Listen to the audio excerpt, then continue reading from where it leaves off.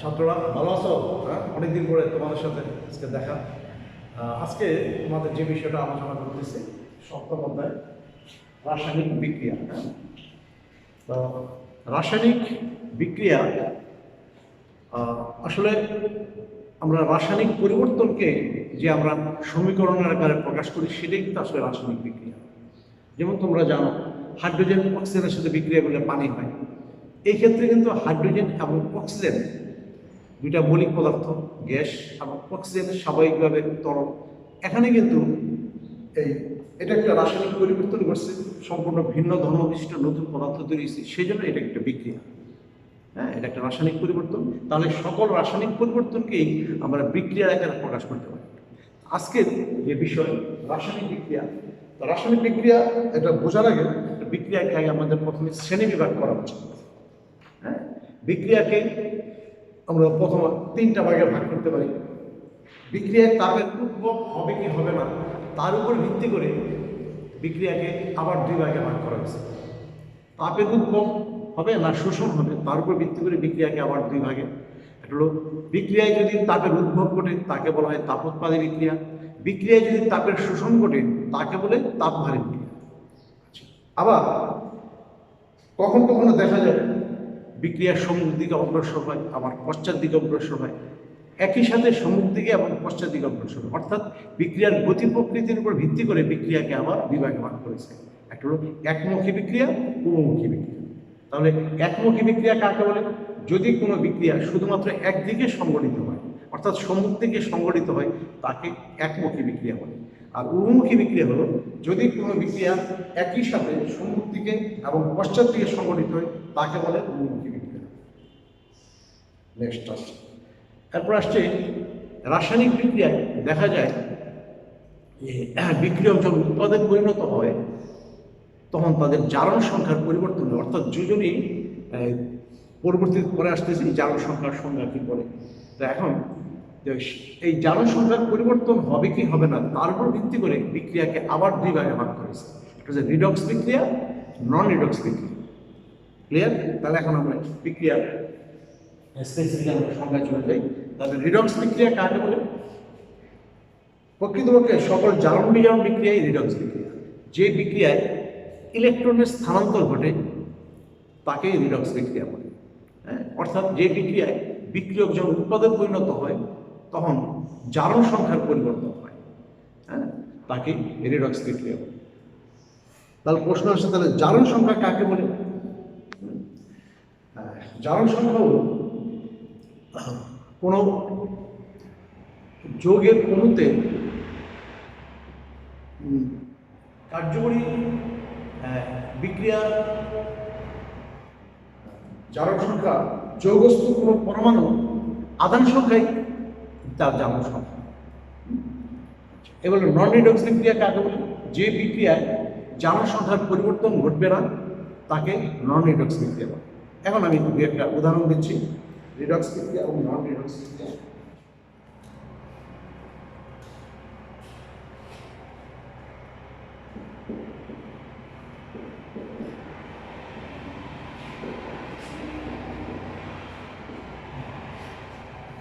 এটা একটা বিক্রিয়া, ফেরাস ক্লোরাইড প্রোটনের সাথে বিক্রিয়া করে ফেরিক ক্লোরাইড হয়।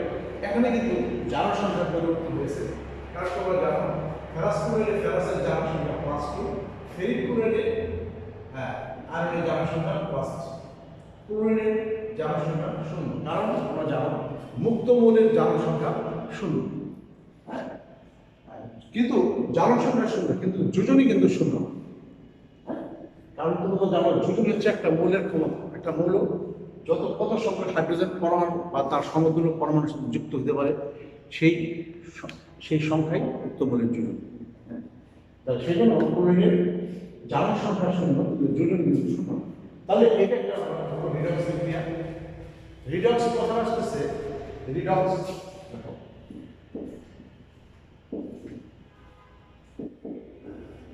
অ্যাকশন, রিডাকশন থেকে আসতেছে রেট আর অক্সিডেশন থেকে, এগুলো বিজারণ আর জারণ, এই জন্য একসাথে বলা হচ্ছে রিডক্স। তাহলে জারণ বিজারণ বিক্রিয়াকে একত্রে রিডক্স বিক্রিয়া বলে। তাহলে এইটা একটা জারণ বিজারণ বিক্রিয়া। তাহলে তোমরা তো জানো জারণ বিজারণ বিক্রিয়ায় জারক বিজারক থাকতে হবে। হ্যাঁ, তাহলে তোমরা চিনবা কিভাবে কোনটা জারক আর কোনটা বিজারক? এটা চিনার বেশ কয়েকটা পদ্ধতি আছে। হ্যাঁ, জারক সংখ্যার পরিবর্তন দ্বারা আমরা জারক বিজারক চিনতে পারি। তাহলে দেখো, তাহলে ফেরাস ক্লোরাইড থেকে ফেরিক উপাদান আছে, তাহলে এইটা জারক না বিজারক? স্বাভাবিকভাবে তোমরা দেখবা যে আমরা জানি মৌলকে দুই ভাগে ভাগ করতে পারি, মেনলি তিন ভাগে: ধাতু, অধাতু, অপধাতু। তাহলে সকল ধাতুই কিন্তু বিজারক, আর সকল অধাতুই হচ্ছে জারক। এখন তোমরা যেহেতু জানো ক্লোরিন অধাতু, সেই জন্য জারক। এটা একটা সনাতন পদ্ধতি জারক বিজারক। তাহলে এইটা যদি জারক হয় তাহলে অবশ্যই বিজারক। আরেকটা প্রসেস আছে জারক বিজারক। তাহলে তোমরা সংখ্যার একটা স্কেলের সাথে তোমরা জারক বিজারক বের করতে পারো। তোমরা জানো জারক পদার্থ বিজারিত হয় আর বিজারক পদার্থ জারিত হয়। তো জারক পদার্থ বিজারিত হয় আর বিজারক পদার্থ জারিত হয়। একটা সংখ্যার একটা স্কেল থাকে, এই স্কেল থেকে তোমরা জারক বিজারক চিহ্নিত করতে পারো শর্টকাট মেথড। হ্যাঁ, সংখ্যা তোমরা তো জানো বলছি, এটা হচ্ছে ডান দিকে, এটা বাম দিকে। ডান দিকে আমরা ধনাত্মক সংখ্যা থাকবে +1 +2 +3 +4 +5।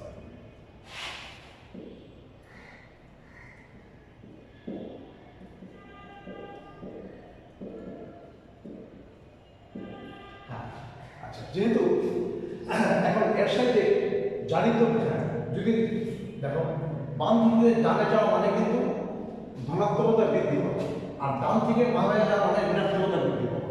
যদি বাম থেকে ডানে যায় তাহলে হবে জারিত, সবসময় হয়। বা যদি এদিকে যায় তাহলে হবে জারিত, আর এদিকে গেলে তাহলে হবে বিজারিত। ঠিক আছে? তাহলে বাম থেকে যদি ডানে যায় জারিত, তাহলে জারিত হয় বিজারক পদার্থ জারিত হয়। তাহলে এটা যেহেতু জারক পদার্থ, তাহলে এটা বিজারক পদার্থ।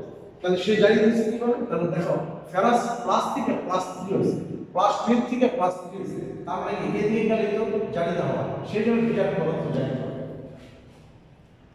এখন ক্লোরিন দিয়ে যদি তোমরা চিন্তা করো, ক্লোরিনের জারক সংখ্যা 0, আর ক্লোরিনের জারক সংখ্যা -1।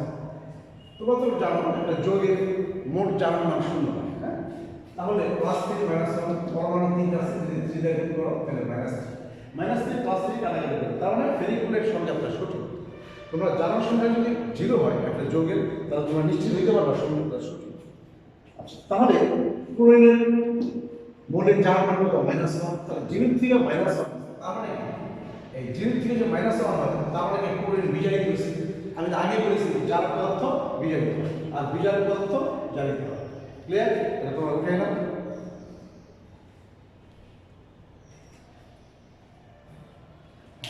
এখন পরীক্ষায় যদি প্রশ্ন আসে, দেখাও যে জারক বিজারক একই সাথে, এটা তোমরা দুইটা পদ্ধতি তোমরা ব্যাখ্যা দিবে।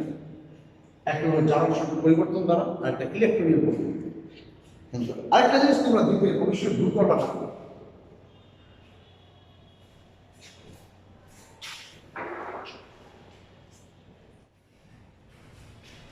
এটা কোথায় স্কেলটা? সেটা হলো যেহেতু জারক বিজারক একই সাথে ঘটে, সেই জন্য তোমাদের যেহেতু এটা জারক পদার্থ আর এটা বিজারক পদার্থ, তাহলে জারক পদার্থ কি হয়? বিজারক পদার্থ কি হয়? জারিত হয়। আর জারক পদার্থ কি হয়? বিজারিত হয়। এই চিত্রটা অবশ্যই দিতে হবে, নাহলে বোঝা যাবে না যে জারক আর বিজারককে একই সাথে করে। হ্যাঁ, এটা অনেকটা পরীক্ষার নাম্বারের উপর ভিত্তি করে দিলাম। তাহলে এখন বিজ্ঞান আমরা দেখাইছি এইদিকে বলে বিজ্ঞান এখন কিন্তু সমতা করে, তোমরা অবশ্যই সমতা করো। এখানে সমতা কিভাবে করবা? এখানে যদি আমি 2 দিই, আর পরমাণু আছে 2টা, এখানে 2 দিলাম, 2 2 4 4 আর 2 6, 3 হলে 6। এটা সিগনিফিকেশন হলো। তো এই হলো। এখন জারক আর বিজারক একসাথে দেখাইলাম, তাহলে প্রশ্ন হইল জারক কাকে বলে, বিজারক কাকে? তোমরা আমি নিজে যেভাবে মনে রাখি, তোমরা ইচ্ছে হলে এইভাবে মনে রাখতে পারো। জারক মানে loss of electron is called oxidation. জার্মান ইংরেজি যেহেতু অক্সিডেশন, তাহলে loss of electron is called oxidation, gain of electron is called reduction. হ্যাঁ, ইংরেজি মাধ্যমে মনে রাখতে পারো।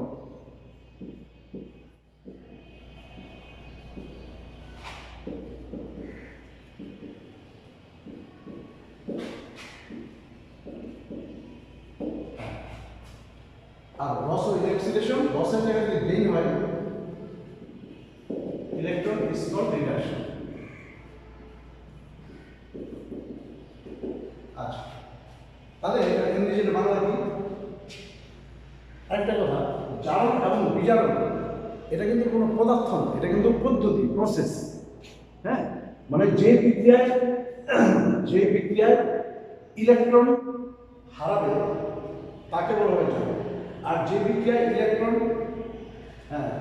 গৃহীত হবে তাকে বলা হবে রিডাকশন।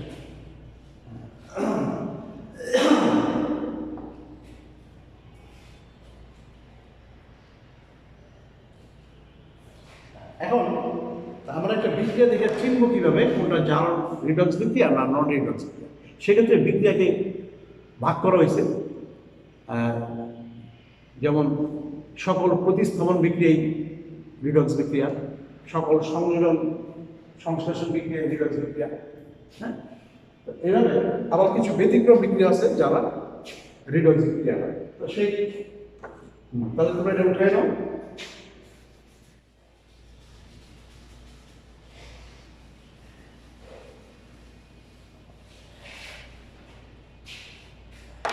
এরপর আসছে তাপোৎপাদী তাপহারী বিক্রিয়া। যদি বিক্রিয়ায় তাপের উদ্ভব ঘটে তাকে বলে তাপোৎপাদী বিক্রিয়া, যদি বিক্রিয়ায় তাপের শোষণ ঘটে তাকে বলে তাপহারী বিক্রিয়া। এটা স্বাভাবিক। এছাড়া আরও একাধিক সংজ্ঞা আছে। তো বিক্রিয়ায় তাপোৎপাদে তাপের উদ্ভব ঘটবে কি ঘটবে না, আমরা একটা বিক্রিয়া দেখে কিন্তু কখনো আমরা চিনতে পারবো না। সেজন্য আমরা এটা চেনার জন্য তোমরা জানো তাপ শক্তির পরিবর্তনকে ডেল্টা এইচ দিয়ে প্রকাশ করা হয়। এই delta H change of heat of the reaction, এই চেঞ্জ পরিবর্তন বুঝাইতে এই চিহ্নটা ব্যবহার করা হয়। এখন এনথালপি পরিবর্তন বলে এনথালপি, চেঞ্জ অফ এনথালপি। এখন এই ডেল্টা এইচ এর মান যদি ঋণাত্মক হয় তাহলে তোমরা বুঝবা এটা তাপোৎপাদী বিক্রিয়া, আর ডেল্টা এইচ এর মান যদি ধনাত্মক হয় তাহলে বুঝবা তাপহারী বিক্রিয়া। এখন এই ডেল্টা এইচ, এই ডেল্টা মাইনাস চিহ্নটা প্লাস চিহ্নটা অ্যাকচুয়ালি আসছে যেভাবে, সেটা অঙ্কের মাধ্যমে দেখানো যায় অথবা সংজ্ঞার মাধ্যমে দেখা যায়। আমরা জানি একটা বিক্রিয়ায় তাপের উদ্ভব করবে না শোষণ করবে তা বিক্রিয়ার প্রকৃতির উপর ডিপেন্ড করে। অর্থাৎ একটা বিক্রিয়া ঘটবে কি ঘটবে না তার জন্য কিছু শর্ত আছে। যেমন সাধারণত যে সকল বিক্রিয়া স্বতঃস্ফূর্তভাবে ঘটবে, হ্যাঁ, কোনো তাপ দিতে হবে না, অটোমেটিক ঘটবে, তারা সবই তাপোৎপাদী বিক্রিয়া। বিক্রিয়ক যখন উৎপাদন পরিণত হবে যদি স্বতঃস্ফূর্তভাবে ঘটে সেগুলো সব তাপোৎপাদী বিক্রিয়া। আর তাপহারী বিক্রিয়ার বেলায় বিক্রিয়া ঘটতে যাবে না, অধিক তাপে চাপে জোর করে যদি একটা বিক্রিয়াকে ঘটানো হয় সেটা সাধারণত তাপহারী বিক্রিয়া। এটাগুলো সিম্পলিভাবে আমরা পার্থক্য করতে পারি। তাহলে তাপোৎপাদী বিক্রিয়ার আরেক রকমের সংজ্ঞা দিচ্ছি। যেহেতু বিক্রিয়ক যখন উৎপাদে পরিণত হয় এখানে তাপ শক্তির পরিবর্তন হয়, তাহলে বিক্রিয়কের একটা আভ্যন্তরীণ শক্তি আছে, উৎপাদের একটা আভ্যন্তরীণ শক্তি আছে। তার মানে কি বিক্রিয়ক যখন উৎপাদে পরিণত হয় তাদের অবশ্যই আভ্যন্তরীণ শক্তির পরিবর্তন ঘটবে। অর্থাৎ রাসায়নিক বিক্রিয়া ঘটতে গেলে অবশ্যই আভ্যন্তরীণ শক্তির পরিবর্তন ঘটতে হবে। আভ্যন্তরীণ শক্তির পরিবর্তন ছাড়া কোনো রাসায়নিক বিক্রিয়া ঘটবে না। আচ্ছা, তাহলে বিক্রিয়ক যখন উৎপাদে পরিণত হয়, যদি বিক্রিয়কের আভ্যন্তরীণ শক্তি যদি উৎপাদের আভ্যন্তরীণ শক্তির চেয়ে বেশি হয় তাহলে হবে তাপোৎপাদী বিক্রিয়া। আর বিক্রিয়কের আভ্যন্তরীণ শক্তি যদি উৎপাদের আভ্যন্তরীণ শক্তির চেয়ে কম হয় তাহলে হবে তাপহারী বিক্রিয়া। এটা কিন্তু আরেক রকমের সংজ্ঞা। ঠিক আছে,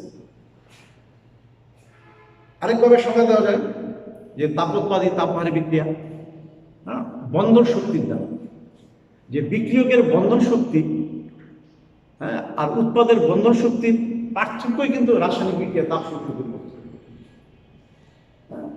যদি পরীক্ষা প্রশ্ন আসে রাসায়নিক বিক্রিয়ায় তাপ শক্তির পরিবর্তন হয় কেন, রাসায়নিক বিক্রিয়া তাপ শক্তির পরিবর্তন হওয়ার প্রধান কারণ হচ্ছে এদের প্রকৃতি, রাসায়নিক বিক্রিয়ার সময় এদের প্রকৃতির পরিবর্তন হয়। অর্থাৎ রাসায়নিক বিক্রিয়া মানে তো একটা ভাঙ্গা গড়ার খেলা, বিক্রিয়কের বন্ধন শক্তি ভাঙ্গে আর উৎপাদের নতুন বন্ধন তৈরি হয়। সেই জন্যই তাদের বিক্রিয়া, রাসায়নিক বিক্রিয়া প্রকৃতির পরিবর্তন হয়। অর্থাৎ বিক্রিয়কের মোট বন্ধন শক্তি আর উৎপাদের মোট বন্ধন শক্তির পার্থক্যই হচ্ছে, এই পার্থক্যের কারণেই রাসায়নিক বিক্রিয়ার তাপ শক্তির পরিবর্তন হয়। এখন তাপের উদ্ভব ঘটবে না শোষণ ঘটবে, এটা নির্ভর করে যে বিক্রিয়কের মোট বন্ধন শক্তি থেকে উৎপাদের বন্ধন শক্তি বিয়োগ করলে যদি মাইনাস হয় তাহলে হবে তাপোৎপাদী বিক্রিয়া। আর বিক্রিয়কের মোট বন্ধন শক্তি থেকে, মানে বিক্রিয়কের বন্ধন ভাঙতে যে শক্তি লাগবে এই শক্তি থেকে উৎপাদের বন্ধন ভাঙতে যে শক্তি লাগবে তার পার্থক্য যদি প্লাস হয় তাহলে হবে তাপহারী বিক্রিয়া। হ্যাঁ, এটা সংজ্ঞাটা অনেকটা গাণিতিক সংজ্ঞা, অনু করতে এই জিনিসটা সহজে হয়। এখন তোমাদের কোনো প্রশ্ন থাকলে করো, তোমরা কতটুকু বুঝলা? কি কোনো প্রশ্ন নাই?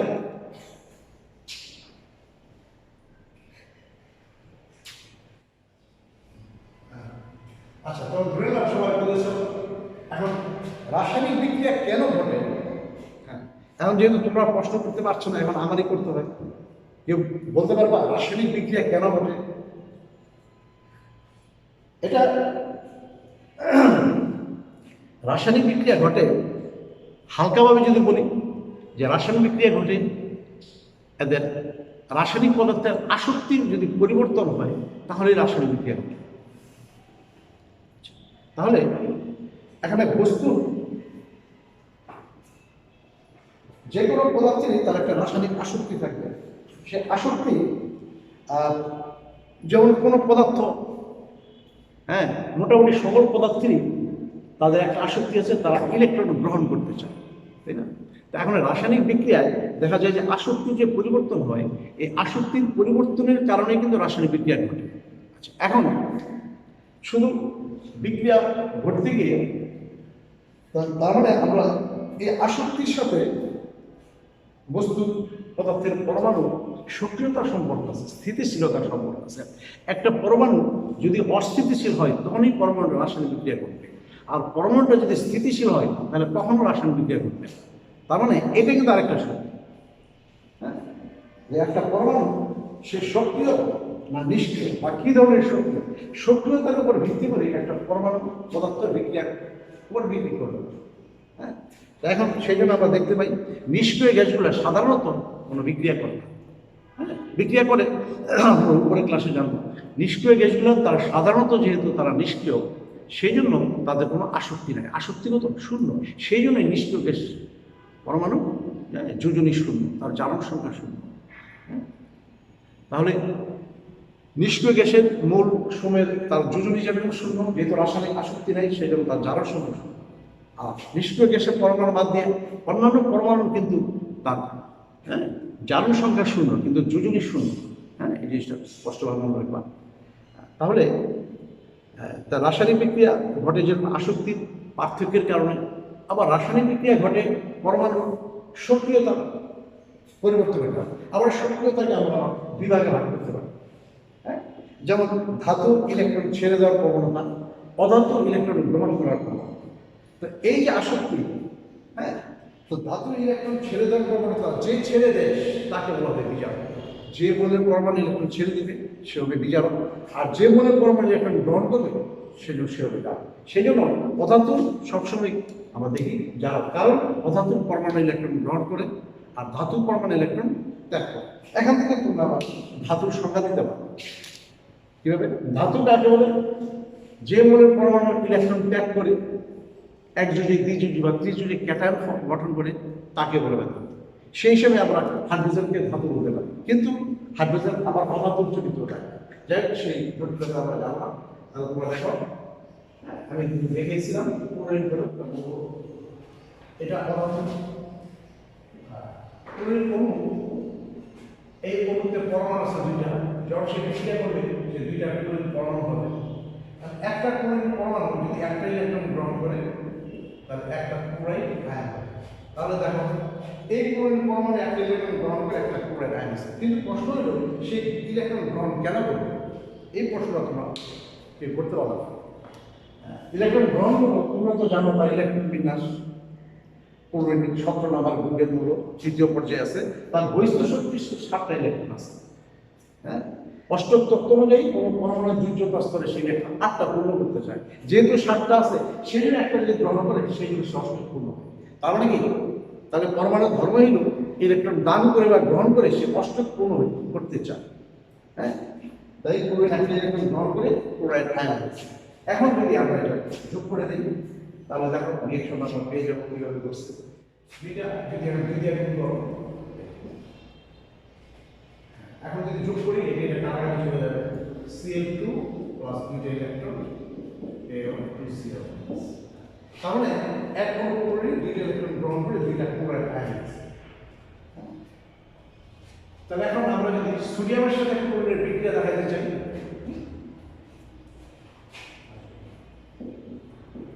সোডিয়ামের সাথে ক্লোরিনের বিক্রিয়া হবে সোডিয়াম ক্লোরাইড, তাহলে এটা রিডক্স বিক্রিয়া না নন রিডক্স? প্রথমে দেখো, যদি ধাতু আর অধাতু হয়, এটা যদি একটা সংমিলন বিক্রিয়া মানে সংশ্লেষণ বিক্রিয়া, হ্যাঁ, সকল সংশ্লেষণ সম্মিলন, সেই জন্য এটা একটা রিডক্স বিক্রিয়া। আমরা জানি সকল সংশ্লেষণ সংযোজন প্রতিস্থাপন, হ্যাঁ, তারা রিডক্স বিক্রিয়া। তাহলে সোডিয়াম, এখন এই বিক্রিয়ার সময় সোডিয়াম যে ধাতু, সোডিয়াম কি করবে, একটা ইলেকট্রন ত্যাগ করবে, একটা ইলেকট্রন ত্যাগ করবে। তাহলে ত্যাগ কেন করলো? যেহেতু সোডিয়ামের ইলেকট্রন বিন্যাসে দেখো যুগ্যতা স্তরে একটা ইলেকট্রন আছে, এই ইলেকট্রনটা যদি ছেড়ে দেয় তাহলে তার ইলেকট্রন বিন্যাস নিকটস্থ নিষ্ক্রিয় গ্যাস নিয়নের ইলেকট্রন বিন্যাস গঠন হয়েছে। হ্যাঁ, তাহলে পরমাণু ইলেকট্রন গ্রহণ বা বর্জন করে যে আয়ন হবে, সে আয়নটা যদি তার নিকটস্থ নিষ্ক্রিয় বলে ইলেকট্রন বিন্যাসে কাঠামো হয়, তখনই কিন্তু সুস্থিত অর্জন। আমি আগে বলেছি পরমাণু ধর্ম কি, ইলেকট্রন গ্রহণ বা বর্জন করে সে সুস্থিতি নিষ্ক্রিয় গ্যাস ইলেকট্রন বিন্যাস বর্জন করতে চায়, সেটাই সুস্থিতি। তাহলে সোডিয়াম পরমাণু একটা ইলেকট্রন ত্যাগ করে সোডিয়াম আয়ন আছে। এখন ক্লোরিন দুইটা ইলেকট্রন গ্রহণ করে ক্লোরাইড আয়ন। আমরা জানি রিডক্স বিক্রিয়া সবসময় ইলেকট্রনের সংখ্যার সমতা রাখতে হয়। এখানে দুইটা ইলেকট্রন গ্রহণ করছে আর সে একটা ইলেকট্রন ত্যাগ করছে, তাহলে সোডিয়াম যদি দুইটা ইলেকট্রন ত্যাগ করে তাহলে কিন্তু ইলেকট্রনের সমতা হয়, কারণ এই দুইটা ইলেকট্রন সে কোথায় গ্রহণ করছে, সোডিয়াম যেটা ছাড়ছে সেটাই তো গ্রহণ করছে। সোডিয়াম তো ছাড়ছে একটা, গ্রহণ করছে দুইটা, তা তো হইতে পারবে, তাকে অবশ্যই দুইটা ছাড়তে হবে। সেই জন্য আমরা একটা কি করবো, দুই দিয়ে গুণ করবো। এটা যদি তোমরা ইকুয়েশন নাম্বার ধরো 1, এটা যদি ধরো ইকুয়েশন 2, 1 আর 2 যদি যোগ করো তাহলে আমরা এই সমীকরণটা সমতা আকারে পেয়ে যাবো। তাহলে যোগটা করো, তাহলে এখন 1 এবং 2 নম্বর সমীকরণ।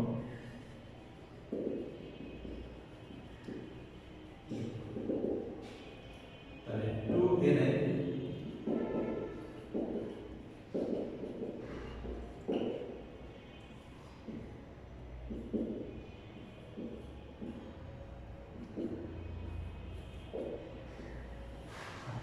তাহলে বাম আর ডান কি এটা কাটাকাটি চলে যাবে, তাহলে থাকবে 2Na plus Cl2, 2Na plus 2Cl minus. দেখা যায় কি নিচে না দেখা যায় এখানে তাহলে 2 আছে তাহলে 2 যদি কমন নেই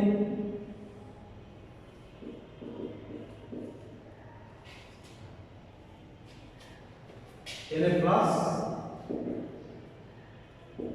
Cl মাইনাস, তাহলে এই প্লাস এবং মাইনাস নিউট্রাল করবে, সেই জন্য হচ্ছে 2NaC। তাহলে আমরা দেখতে পাচ্ছি আমরা এইভাবে জারণ এবং বিজারণ একসাথে যে আমরা যোগ করি একবারে কমপ্লিট এই সমীকরণের ইকুয়েশন আকার হয়ে যায়, সমতা হয়ে যায়। তাহলে এখানে 2 ছিল, এখানে 2 আসবে, এখানে 2 আসছে, এখানে 2 আসবে, তাহলে এটা একটা কমপ্লিট একটা রিঅ্যাকশন হয়ে যাবে। হ্যাঁ, তো ঠিক আছে, আজ তোমাদের এখন যেটা প্র্যাকটিস করলাম, যেটা তোমরা জারণ বিজারণ বিক্রিয়া প্র্যাকটিস করবা। হ্যাঁ, আর বিক্রিয়ার যে শ্রেণী বিন্যাস, বিক্রিয়াকে 3 ভাগে ভাগ করেছি, এই শ্রেণী বিন্যাস 4 তোমরা তৈরি করবা তোমাকে জিনিসটাই।